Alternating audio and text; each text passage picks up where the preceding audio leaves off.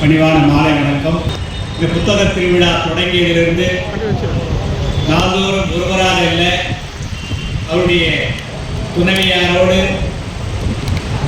இந்த புத்தக திருவிழாவுடைய கலை இலக்கிய அரங்குகளிலும் புத்தக அரங்கிலும் பங்கேற்று சிறப்பித்து வருகின்ற நமது மதிப்புக்குரிய விக்கிபீடியா எழுத்தாளர் கவிஞர் டி. மூர்த்தி அவர்கள் இன்றைய நாள் நிகழ்விலே பங்கேற்பதற்கு நம்முடைய பொது நூலகத்துறை ஏற்பாடு செய்திருக்கிறது. அதற்காக நாம் நன்றி பாராட்டுகிறோம். விக்கிபீடியா எழுத்தாளர் திரு டி. மூர்த்தி அவர்கள் நம்முடைய ஊரை சார்ந்தவர் தான். இங்கே பக்கத்தில் இருக்கிற அணைக்கட்டு தான் அவருடைய பூர்வீகம். இப்பொழுது வேலூரிலே நிரந்தரமாக குடிபெயர்ந்து நான் சார்ந்திருக்கின்ற தமிழ்நாடு அரசுடைய முக்கிய துறையான கேந்திரமான துறைன்னு சொல்லுவாங்க,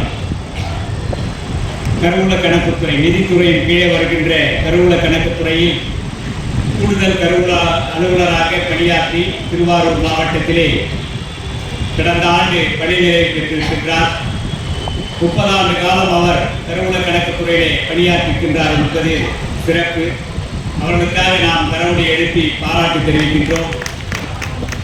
அரசு துறையில் பணியாற்றியது ஒரு முக்கியமான செய்தி என்றால், கடந்த 2013ஆம் ஆண்டு அவர் விக்கிபீடியா என்ற ஒரு உலக களஞ்சியம், அந்த உலக களஞ்சியத்தில் ஆங்கில விக்கிபீடியாவிற்கு அதற்கு நிகராக தமிழ் விக்கிபீடியாவை துவக்கி இந்த உலகத்தில் இருக்கின்ற அனைத்து அறிவு களஞ்சியங்களையும் தமிழிலே எழுதிட வேண்டும், தொகுத்திட வேண்டும் என்கின்ற மிகப்பெரிய ஒரு இலக்கினை உலகம் முழுவதும் இருக்கின்ற தமிழர்கள் அந்த சிந்தனையை ஏற்படுத்தி, குறிப்பாக இளைஞவாழ் தமிழர் யார் பண்ணியிருக்காங்க, தமிழ்நாட்டில் இருக்கிறவங்க இதுக்கான முயற்சி எடுக்கல. இளைஞவாழ் தமிழர்கள் அதற்கான முன்முயற்சி எடுத்து இன்றைக்கு உலக அளவில் இந்த விக்கிபீடியாவிலே தமிழிலே எழுதி கொண்டிருக்கின்ற இது ஒரு அறிவியல் களஞ்சியம். ஏதோ கதை வசனம் கவிதை கட்டுரைலாம் எழுத முடியாது. அது போய் சரிங்களா? ஆமாம், அறிவியல் தொடர்பான கட்டுரைகளை, சமூக அறிவியல் தொடர்பான கட்டுரைகளை இந்த 2 துறைகளில் பணியாற்றிக் கொண்டிருக்கின்ற பங்களித்திருக்கின்ற அறிஞர்களை பற்றியும், ஏற்கனவே ஆங்கிலத்தில் 10 லட்சத்திற்கு மேற்பட்ட அறிவியல் கட்டுரைகள் தொகுக்கப்பட்டிருக்கு. உங்களுக்குலாம் தெரியும், முன்னாடிதான் என்சைக்ளோபீடியான்னு சொல்லிட்டு நம்மளாம் கேள்விப்பட்டிருந்தோம். ஆசிரியர் பெருமக்களுக்கு தெரியும், கல்லூரி பேராசிரியருக்கு தெரியும். இப்போ அந்த என்சைக்ளோபீடியாலாம் கிடையாது. அது எல்லாத்தையும் விக்கிபீடியாவிலே தரவேற்றி அந்த களஞ்சியங்களை இலவசமாக இந்த உலகத்தின் எந்த முனையில் இருந்தாலும் அதை பதிவிறக்கம் செய்து கொள்ளலாம், குறிப்பெடுத்துக் கொள்ளலாம், அதை தன்னுடைய படிப்புகளுக்கும் ஆய்வுகளுக்கும் பயன்படுத்திக் கொள்ளலாம் என்ற ஒரு பூரண சுதந்திரமான ஒரு அறிவியல் களஞ்சியம் தான் விக்கிபீடியா. உங்களுக்கு தெரியும், அது அந்த ஆங்கிலத்தில் இருக்கின்ற அனைத்தையும் தமிழில் கொண்டு வருவது.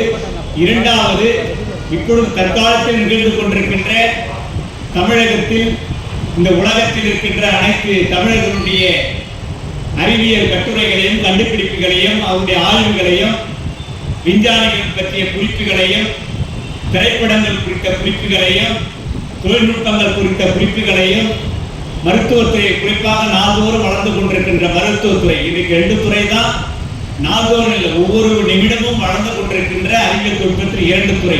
ஒன்று மருத்துவத்துறை, 2வது இன்றைக்கு இருக்கின்ற தகவல் தொழில்நுட்பம் என்று சொல்லக்கூடிய இந்த போட்டோகிராஃபி, டிஜிட்டல் என்று சொல்லக்கூடிய இதுதான். இது 2 துறை தான் ஒவ்வொரு வினாடிகளிலும் அதிலே மாற்றங்கள் அடைந்து முன்னேறி கொண்டிருக்கிறது.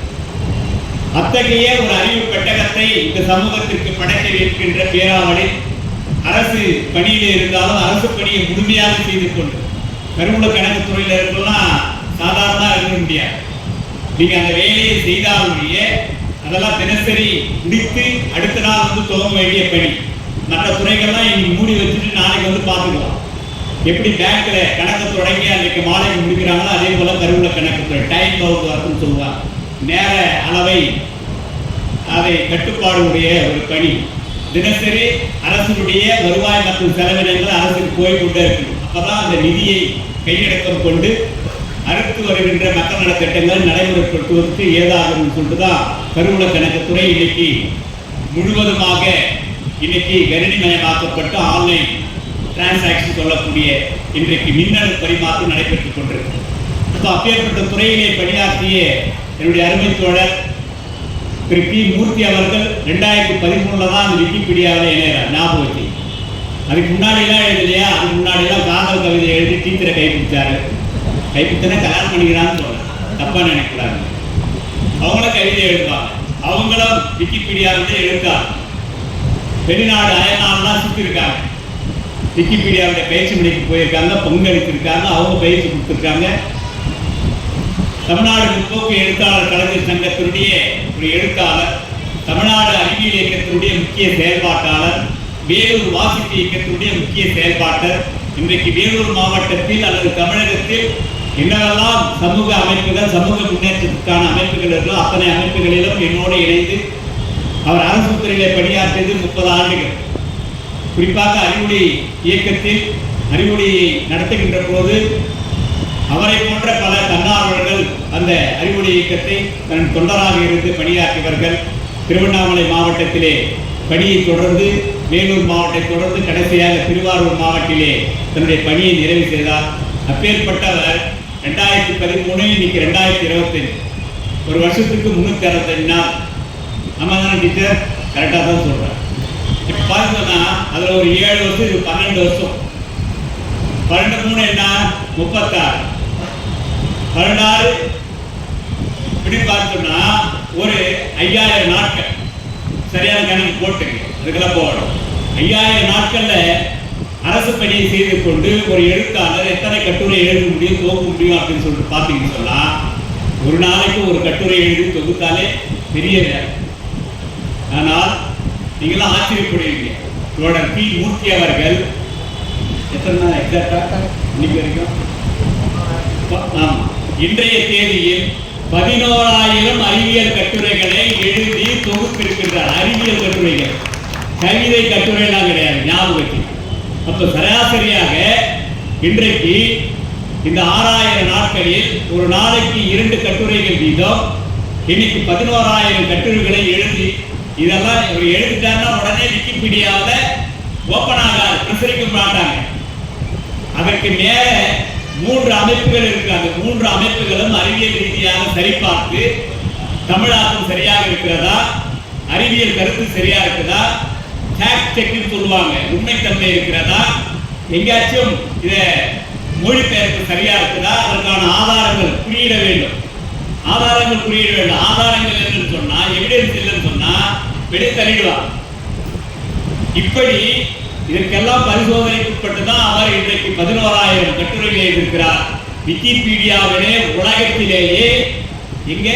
உலகத்திலேயே மிக அதிகமான உயர்ந்தபட்ச கட்டுரைகளை தொகுத்திருக்கின்ற எழுதிருக்கின்ற ஒரே எழுத்தாளர் நம்முடைய கவிஞர் பி மூர்த்தி. உலகத்திலேயே, தமிழ்நாட்டில், இந்தியாவில்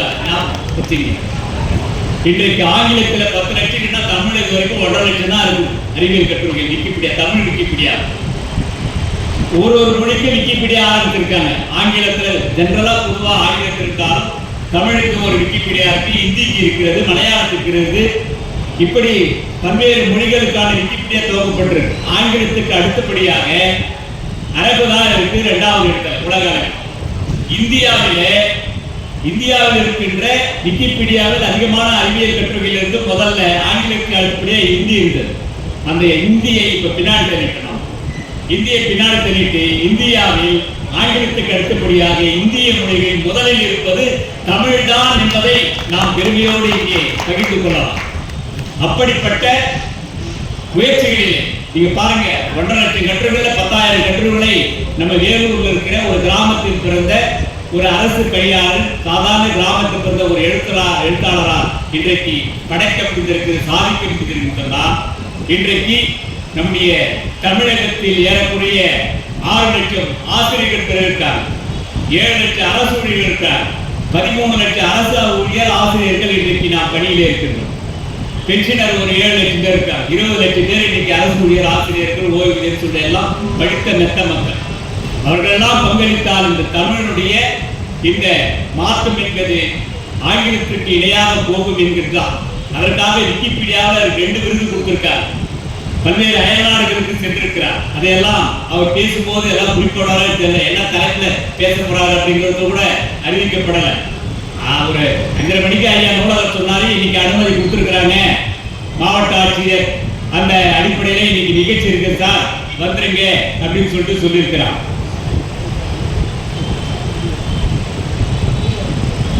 அணிகலன் சூட்டலாம் மண்ணை தமிழுக்கு என்ற தலைப்பிலே பேசுவதாக நம்முடைய கவிஞர் கி. மூர்த்தி அவர்கள் தன்னுடைய தலைப்பு கொடுத்திருக்கிறார். அது வாய்ப்பு கிடைச்சா கடைசி ஒரு நிமிடம் 2 நிமிடத்துல அந்த விக்கிபீடியா பொருத்தம் இன்னைக்கு லேட்டஸ்டா என்ன செய்யலாம் அப்படின்னு சொல்லிட்டு சொல்லுவார். அத்தகைய பேருந்துக்குரிய பெரும் சாதனைக்குரிய ஒரு சாதாரண அரசுக்குரிய பணியாற்றி ஓய்வு பெற்றிய நம்பிய உலகமாக எழுத்தாளர் கவிஞர் கி. மூர்த்தி அவர்களை அறிமுகம் செய்வதில் நான் அண்ணன் கூப்பிடுவோம், அவரே என்ன அண்ணன் கூப்பிட்டார். இதுல யார் தம்பி யார் அண்ணன் கேட்காது. எஃப்எம் ரேடியோவில் சின்ன தம்பி பெரிய தம்பின்னு வர இல்லையா, அதனால 2 பேரும் அண்ணன்கள் தான். எனக்கு அவர் அண்ணன், அவருக்கு நான் அண்ணன், அப்படிதான் நாங்கள் படைத்தோம். சாதி பேதமற்ற ஒரு சமுதாயத்தை படைப்பதற்கு கவிஞர் கி. மூர்த்தி அவர்கள் சமூகத்தினுடைய முக்கியமான அமைப்புகளில் செயல்பட்டு வருவது எங்களுக்கெல்லாம் பெருமை இருக்கிறது. வருங்காலத்தில் இந்த புத்தக திருவிழா போன்ற முக்கியமான நிகழ்வுகளை முன்னின்று நடத்துவதிலும் அவர் சிறந்த பங்களிக்க வேண்டும் என்ற அன்பு வேண்டுகோளோடு கவிஞர் கி. மூர்த்தி அவர்களை, விக்கிபீடியா எழுத்தாளர் கி. மூர்த்தி அவர்களை உரையாற்ற அழைக்கிறேன். உங்களுடைய கரவொலியோடு பாருங்கள்.